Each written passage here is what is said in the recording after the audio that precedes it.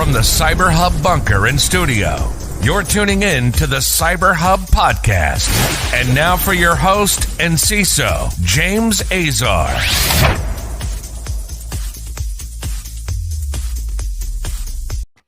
Well, good morning, everyone. Happy Monday. It's April 19th, 2021. I'm James Azar. Welcome to today's Practitioner Brief, talking about risk, impact, and mitigation to your cybersecurity programs, and giving it from the practitioner point of view. So before we get started on today's show, a few things to talk about. One, very important. We're live on Facebook, LinkedIn, and YouTube. If you have not subscribed, please make sure to subscribe. You can comment right now, and we'll feature your comments on the show, so you get a special shout out as well. Don't miss that out. We've got a lot of things to talk about today, including a malware that spreads via Xcode, now targeting Apple's M1 chips. The FCC is shifting focus, and we'll talk about that. A major BGP leak disrupts thousands of internet users across the world. Google Project Zero with an update, and the NSA releases five security bugs that are under active attack by nation states, all that are critical to keeping our organization secure if you are using any of those as well. But before we get started on today's show, a big shout out to our supporters, KnowBe4, Wistic, and Ativo Networks. Make sure to check them out on YouTube. They are in the show notes. If you're listening after the fact on your favorite podcast listening platform, please go ahead to the comments and in the show notes right there below, and make sure to, 1, subscribe. Number 2, give us a 5-star review. And number 3, check out our supporters. Also, talking really fast this morning. Our Wounded Warrior CISO Talk Paisley Shirt Challenge is in full effect, folks. Full effect. So we've already passed the second milestone. So that means that I'll be taking off the shirt later this week, and I'll be donning Paisleys. Yes, for 3 shows. So we'll have one CISO Talk episode that I'll be doing on Thursday with the magnificent Ron Green and Robin Bienefit. I will be in Paisley for that. CISO Thursdays with the awesome Naomi Buckwalter, Renee, and Chris. I'll be donning one there. And also our Practitioner Brief on Wednesday, I'll be donning the Paisley. You don't want to miss it.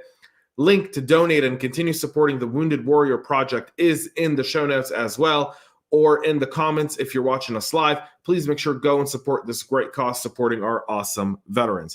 And now, before we continue, our ceremonial coffee sip.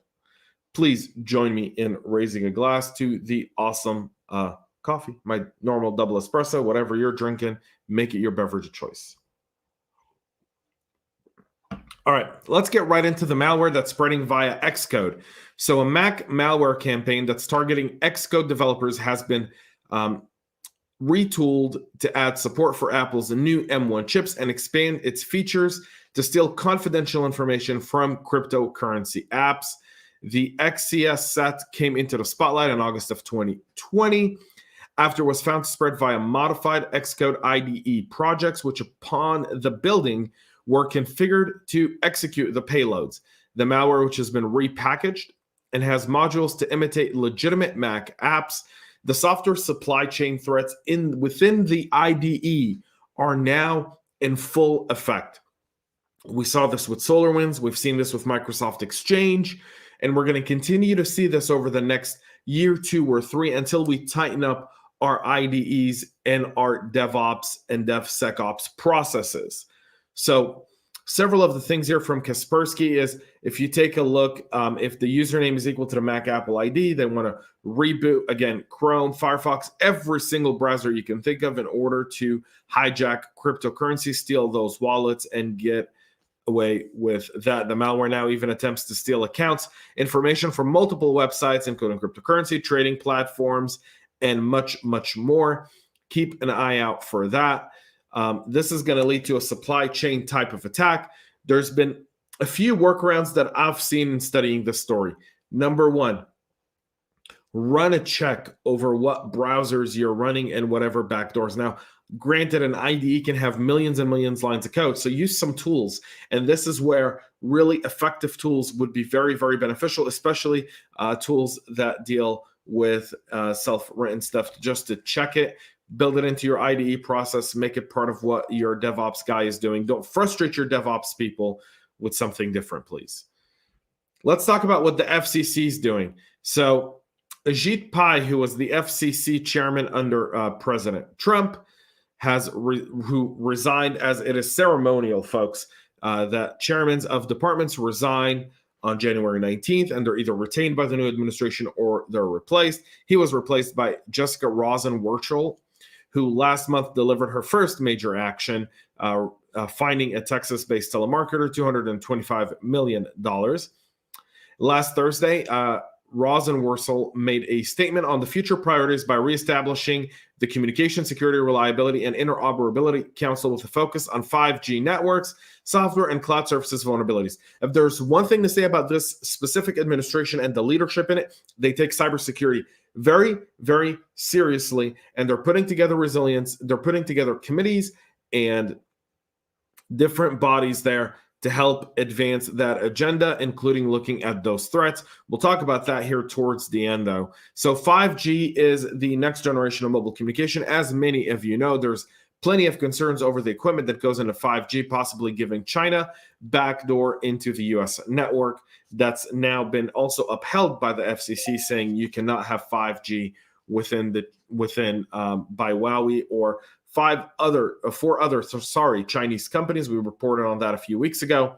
So good moves by the FCC. Really exciting stuff to see them take this stuff seriously and with a little bit more order than the previous administration. Again, where credit is due, credit is given. This is one of those, folks. This doesn't have to be partisan. This is national security. Let's talk about this story. To me, this story is probably the most interesting. So a major BGP leak that disrupts thousands of networks globally. For those who don't know what BGP is, it's and we'll go right down here. It's a border gateway protocol. So essentially, it's the way that the free internet communicates across state lines. If we go up to the original map here, you kind of see how, the internet goes from one place to the other across the entire globe. Well, what happened over the weekend was something very interesting. A large BGP routing leak that occurred last night disrupted the connectivity for thousands of major networks and websites around the world. Although the leak occurred in Vodafone's autonomous network, the AS55410, based in India, it has impacted U.S. companies, including Google, according to sources. Cisco's BGP Mon spotted the discrepancy in internet routing systems, potentially indicating some BGP hijacking taking activity. So imagine traffic supposed to be routed through a specific station. I come in, I pretend to be that station, I take the traffic, and now I have that traffic. The autonomous system that is said to belong to Vodafone was impacted by this. According to Kinetics analysis, some U.S. companies, including Google, were also affected as a result of this incident, which appears to have lasted from a little before 1:50 p.m. to around 2 o'clock on April 16th. Kinetic shared some more insights with the folks over at Bleeping Computer, and you can see more of that, but you can see all the different impacted parties right here on the screen. Over a list of 20,000 autonomous system numbers were all impacted by this. So, and they have a really good image here, and I'll put that right up on the screen. So imagine, you cover one exit and you make that exit the exit that's next to it in order to redirect traffic one way, and people just blindly follow that. So that's exactly what happened. Any disruption or anomalies can have a lasting impact on many, and this is definitely something to keep an eye on, given the fact that this could disrupt international internet connectivity. And again, we're looking at this, and I'm looking at this as something to bring about with our executive leadership team and talk a little bit more about it, just so that they understand what this really means. The risk to organizations here is significant. If this does go on by a nation state and traffic gets redirected, it could expose a ton of data or information that shouldn't be. That's why encryption is significant and so forth. So something to take a look at as well. So keep that in mind. Google Project Zero cuts bug disclosure timelines to a 30-day grace period. What was a 90-day grace period before has now been taken down to 30, according to Google, with vendors now having vendors will now have 30 days to patch a zero-day vulnerability before Google discloses it over to the public. The move comes after so many zero days have been around for quite some time now, and they're all impacting many organizations, and 90 days is just too long. Attackers are already, especially if it's being taken advantage of in the wild, that zero-day could have massive potential impact on organizations. We'll see how the reaction from the industry looks like. And finally, our last story of the day is the security bug that are under active nation-state cyber attacks. So widely deployed platforms like Citrix, Fortinet, Pulse Secure, Synacor, and VMware are all in the crosshairs of APT29, bent on stealing credentials and much more. The Fed warning is now saying that nation-state actors are once again after U.S. assets, this time in spite of cyber attacks, the exploits and vulnerabilities that affect VPN solutions, collaboration suite software, and visualization technologies. According to the NSA, which issued the alert on Thursday of last week, the APT29, known as Cozy Bear or the Dukes, is conducting widespread spreading and exploitation against vulnerable systems in an effort to obtain authenticated credentials to allow further access. The 5 vulnerabilities that are being actively exploited is CVE 2018-13379, which is the Fortinet FortiGate SSL VPN, CVE 2019-90670, which is the Syncore Zimbra collaboration suite, CVE 2019-11510, which is the Pulse Secure Pulse Connect Secure VPN, CVE 2019-19781, which is the Citrix Application Delivery Controller, the Citrix ADC, and Gateway. And finally, CVE 2020-4006, which is the VMware Workspace One Access Command Injection vulnerabilities. All these vulnerabilities are being taken advantage of right now by APT29. They're actively scanning. If you're using any of these, make sure to patch them right now. And if you don't have the capability or know-how, reach out to someone for help. Please do so now. That's it for our practitioner brief today, folks. We'll be back with more tomorrow, 9 a.m. Don't forget to support the great folks over at Wounded Warrior. Link is in the description. This is a great cause. Plus, you get to see me outside of my traditional black t-shirt. I did that on last week's Tech Town Square. It was ugly. It was amazing. And people really did have a good time about it. So make sure to go support the folks over at Wounded Warrior. Until then, folks, we'll be back with a lot more tomorrow. Till then, folks, stay healthy and stay cyber safe.